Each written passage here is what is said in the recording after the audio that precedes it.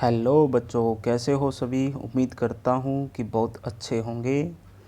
चलो आज हम क्लास 7th का जो पर्यावरण चैप्टर है उसका आज हम अध्ययन करते हैं और अच्छे से रीडिंग करते हैं। तो चलो शुरुआत करते हैं। तो सबसे पहले हमारे चैप्टर का नाम है वो है पर्यावरण और बुक का नाम है हमारा पर्यावरण। तो चलो शुरुआत करते हैं। लंबी छुट्टियों के बाद जब रवि स्कूल जा रहा था तब उसने देखा कि उसके स्कूल के निकट के खेल के मैदान में खुदाई हो गई थी। वहीं एक मैदान उसके खेलने के लिए वहां पर था। लोगों ने बताया कि वहां अनेक फ्लैटों वाली एक बड़ी इमारत बनेगी। जब रवि को समझ में आया कि मुलायम घास और गेंदे के फूल एवं तितलियों वाला विशाल मैदान अब हमेशा के लिए नष्ट हो चुका है तो उसकी आंखों से आंसू छलकने लगे। उसने यह बात अपने सहपाठियों को बताई। सुबह की सभा में प्रधानाचार्य ने भी बहुत उदासी से कहा, देखो कैसा हमारा पर्यावरण बदल रहा है। कक्षा में पहुंचकर रवि ने अपने शिक्षक से पूछा, पर्यावरण क्या है? जो कुछ भी आप अपने आसपास देखते हो, शिक्षक ने बताया कि जो कुछ भी आप अपने आसपास देखते हो वो पर्यावरण है। रवि कहने लगा, इसका अर्थ है स्कूल भवन, मेज, कक्षा में रखी कुर्सियाँ, यहाँ तक कि खुला मैदान, सड़कें, कूड़ा करकट। मेरे दोस्त, ये सभी हमारे पर्यावरण के अंग हैं। हाँ, शिक्षक ने कहा, लेकिन जरा रुको, कुछ वस्तुओं का निर्माण प्रकृति ने किया है, जैसे पर्वत, नदियाँ, पेड़, प्राणी, जबकि अन्य का निर्माण मानव ने किया है, जैसे सड़क हो गई, कार, कपड़े, किताब आदि। अब दो दो छात्र मिलकर कार्य कीजिए और अपने निकट बैठे सहपाठियों के साथ मिलकर प्रकृति एवं मानव द्वारा निर्मित वस्तुओं की सूची बनाइए। रवि, परमजीत, जस्सी, मुस्तफ़ा, आशा सभी यह सूची बनाने के लिए उत्सुक थे। इकबाल ने पूछा, हमारा पर्यावरण क्यों बदल रहा है? शिक्षक ने उत्तर दिया, ऐसे हमारी ज़रूरतों के कारण होता है। ये दिन प्रतिदिन बढ़ती जाती हैं। इसलिए हम प्राकृतिक वातावरण में परिवर्तन करते हैं और कभी-कभी उसे नष्ट भी कर देते हैं। ये कहा शिक्षक ने। अब हम देखते हैं, ये देखिए पर्यावरण के घटक कौन कौन से होते हैं। तो पर्यावरण के जो घटक होते हैं उसमें एक होता है प्राकृतिक घटक और एक होता है मानव निर्मित घटक। प्राकृतिक घटक में जल से जलमंडल, वायु से वायुमंडल, स्थल से स्थलमंडल, और ये तीनों मिलाकर जहाँ जीव जंतु निवास करते हैं वो कहलाता है जैव मंडल। इसके बाद मानव द्वारा निर्मित जो घटक हैं, इमारतें, पार्क, पुल, सड़कें, उद्योग, मस्जिद यानी कि स्मारक। इसके बाद में मानव मानव मानव भी एक घटक है। इसमें एक व्यक्ति, परिवार, समुदाय, धर्म, शैक्षिक संस्थान, आर्थिक क्रियाकलापों को करने वाली संस्थाएं और राजनीतिक स्थिति, ये भारत की। इसके बाद ऊपर के वार्तालाप से आप समझ गए होंगे कि किसी भी जीवित प्राणी के चारों ओर पाए जाने वाले लोग, स्थान, वस्तु एवं प्रकृति को पर्यावरण कहते हैं। किसी भी वस्तु के चारों ओर पाए जाने वाले लोग, प्राणी, वस्तु, प्रकृति के पर्यावरण कहलाते हैं। यह प्राकृतिक एवं मानव निर्मित घटनाओं का मिश्रण है। प्राकृतिक पर्यावरण में पृथ्वी पर पाए जाने वाले जीवीय और अजीवीय दोनों परिस्थितियां सम्मिलित होती हैं। जब मानवीय पर्यावरण में मानव की परस्पर क्रियाएं, उसकी गतिविधियां एवं उसके द्वारा बनाई गई रचनाएं सम्मिलित होती हैं। अब हम पढ़ते हैं अगला टॉपिक नहीं, पॉइंट है हमारा प्राकृतिक पर्यावरण। प्राकृतिक पर्यावरण में कौन कौन सी चीज़ें आती हैं, देखिए भूमि, जल, वायु, पेड़ पौधे, जीव जंतु मिलकर प्राकृतिक पर्यावरण बनाते हैं। स्थलमंडल, जलमंडल, वायुमंडल एवं जैवमंडल से आप पहले ही परिचित होंगे। आइए हम इनके संबंध में कुछ और तथ्यों की जानकारी प्राप्त करते हैं। पृथ्वी की ठोस परपटी यानी कि कठोर ऊपरी परत को स्थलमंडल कहते हैं। यह चट्टानों एवं खनिजों से बना होता है एवं मिट्टी की पतली परत से ढका होता है। यह पहाड़, पठार, मैदान, घाटी आदि जैसे विभिन्न स्थलाकृतियों वाला विषम धरातल होता है। ये स्थलाकृति महाद्वीपों के अलावा महासागर की सतह पर भी पाई जाती हैं। यानी कि ऐसी स्थलाकृतियाँ सब जगह मिलती हैं, महाद्वीपों पर भी मिलती हैं और महासागरों पर भी मिलती है। स्थलमंडल वह क्षेत्र है जो हमें वन, कृषि, मानव बस्तियों के लिए भूमि, पशुओं को चराने के लिए घास स्थल प्रदान करता है। यह खनिज संपदा का भी एक स्रोत है।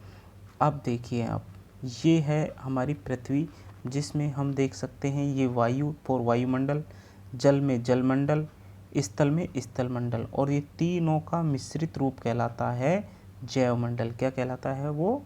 जैवमंडल। इसके बाद जल के क्षेत्र को जलमंडल कहते हैं।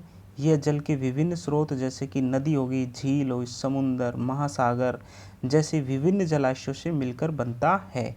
यह सभी प्राणियों के लिए आवश्यक है। पृथ्वी के चारों ओर फैली वायु की पतली परत को वायुमंडल कहते हैं। पृथ्वी के चारों ओर फैली वायु की पतली परत को वायुमंडल कहते हैं।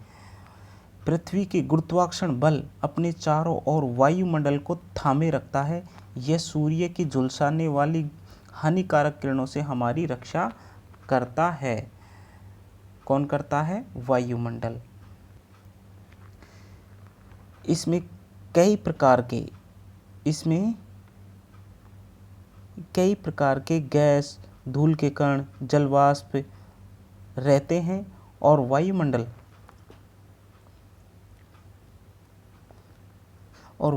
में परिवर्तन होने से मौसम एवं जलवायु में परिवर्तन होता है। पादप एवं जीव जंतु मिलकर जैवमंडल या फिर सजीव संसार का निर्माण करते हैं।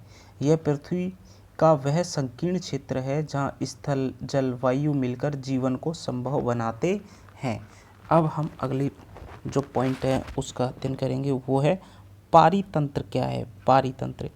रवि की कक्षा में एक एनसीसी कैंप में जस्सी ने आश्चर्य से कहा, कितनी मूसलाधार वर्षा हो रही है, इससे मुझे अपना केरल याद आ गया।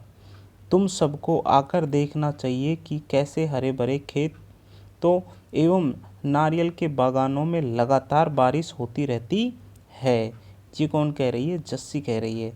तभी जैसलमेर के रहने वाले हीरा ने आश्चर्य से कहा, हमारे यहाँ वर्षा होती ही नहीं है, हम तो दूर दूर तक केवल कीकर, रेत ही नज़र आती है। यानी कि हमें तो दूर दूर तक केवल कीकर, और कीकर यानी पेड़ होता है, कीकर यानी कि झाड़ झिकड़ी का एक बहुत बड़ा पेड़ होता है, और रेत ही नज़र आती है, लेकिन वहाँ ऊँट भी तो होते हैं, रवि ने कहा। किसने कहा? रवि ने। ये जैवमंडल है, यहाँ पर जीव जंतु पानी में तैर रहे हैं और स्थल मंडल पर गाय हैं, हिरन हैं, ये सभी निवास करते हैं। इसके बाद हीरा ने कहा, ऊँट तो मिलेंगे ही जब तुम हमारे रेगिस्तान आओगे तो तुम्हें सांप, छिपकली एवं अनेक कीट भी देखने को मिलेंगे। रवि हैरत में पड़ गया कि विभिन्न स्थानों पर पाए जाने वाले जीव जंतु, वनस्पति एवं लोगों के रहन सहन के तरीके इतने भिन्न क्यों हैं? क्या सभी का एक दूसरे के साथ संबंध है? बिल्कुल, बहुत संबंध है, शिक्षक ने कहा। सभी पेड़ पौधे, जीव जंतु, मानव अपने आसपास के पर्यावरण पर आश्रित होते हैं। प्राय वे एक दूसरे पर आश्रित हैं। जीवधारियों का आपसी एवं अपने आसपास के पर्यावरण के बीच संबंध ही पारितंत्र का निर्माण करता है। यानी कि हम कह सकते हैं कि पारितंत्र किसे कहते हैं? तो जीवधारियों का आपसी एवं अपने आसपास के पर्यावरण के बीच संबंध ही पारितंत्र कहलाता है। अधिक वर्षा वाले वन, घास स्थल, रेगिस्तान, पर्वत, झील, नदी, महासागर एवं छोटे से ताल को भी एक पारितंत्र हो सकता है। क्या आपको लगता है कि जिस पार्क में रवि और उसके मित्र खेलते हैं वह भी एक पारितंत्र था? इसके बारे में आप विचार कर सकते हैं। इसके बाद में आता है मानवीय पर्यावरण। मानव अपने पर्यावरण के साथ पारस्परिक क्रिया करता है और उसमें अपनी आवश्यकताओं के अनुसार परिवर्तन करता है। प्रारंभिक मानव ने स्वयं को प्रकृति के अनुरूप बना लिया था। उनका जीवन सरल था एवं आसपास की प्रकृति से उसकी आवश्यकताओं पूरी हो जाती थी। समय के साथ कई प्रकार की आवश्यकताएं बढ़ी। मानव ने पर्यावरण के उपयोग और उसमें परिवर्तन करने के कई तरीके सीख लिए। उसने फसल उगाना, पशु पालना एवं स्थायी जीवन जीना सीख लिया। पहिए का आविष्कार हुआ, आवश्यकताओं से अधिक अन्न उपजाया गया। वस्तु विनिमय पद्धति का विकास हुआ। वस्तु विनिमय पद्धति का मतलब होता है आप एक वस्तु दीजिए और उसके बदले में दूसरी वस्तु ले लीजिए, यानी कि वस्तु विनिमय पद्धति के माध्यम से प्राचीन काल में व्यापार हुआ करते थे। व्यापार आरंभ हुआ, वाणिज्य का विकास हुआ, औद्योगिक क्रांति से बड़े पैमाने का उत्पादन आरंभ हो गया, परिवहन तेज गति से प्रारंभ हुआ, सूचना क्रांति से पूरे विश्व में संचार और सहज द्रुत हो गया। क्या आप जानते हो कि आप गर्मी में रसीले तरबूज एवं सर्दी में बुनी हुई मूंगफली खाना क्यों पसंद करते हैं? प्राकृतिक और मानवीय पर्यावरण के बीच में सही संतुलन होना आवश्यक है। मानव को पर्यावरण के साथ समरसता में रहने एवं उसका उपयोग करना सीखना चाहिए। रवि की कक्षा में मिजोरम की एक लड़की है नूरी। वह अक्सर अपने स्थान की हरियाली की बात करती है। खेल के मैदान नष्ट होने के कारण रवि की उदासी देखकर नूरी ने उसे आने वाली छुट्टियों में अपने घर मिजोरम आने को कहा। रवि के शिक्षक ने सभी बच्चों से कहा कि छुट्टियों में वे जिन स्थानों पर जाएंगे वहाँ के भूदृश्यों, घरों एवं लोगों के क्रियाकलापों के चित्र बनाकर लाएंगे। तो ये था हमारा फर्स्ट चैप्टर। ओके, तब तक के लिए अगले क्लास में मिलेंगे, अगले चैप्टर मिलेंगे। आप इसका अध्ययन कीजिए और प्रश्नों को सॉल्व कीजिए।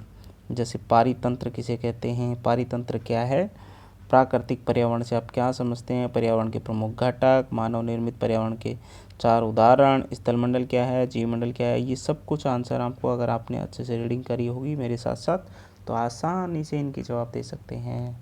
ओके, बाय बाय दोस्तों।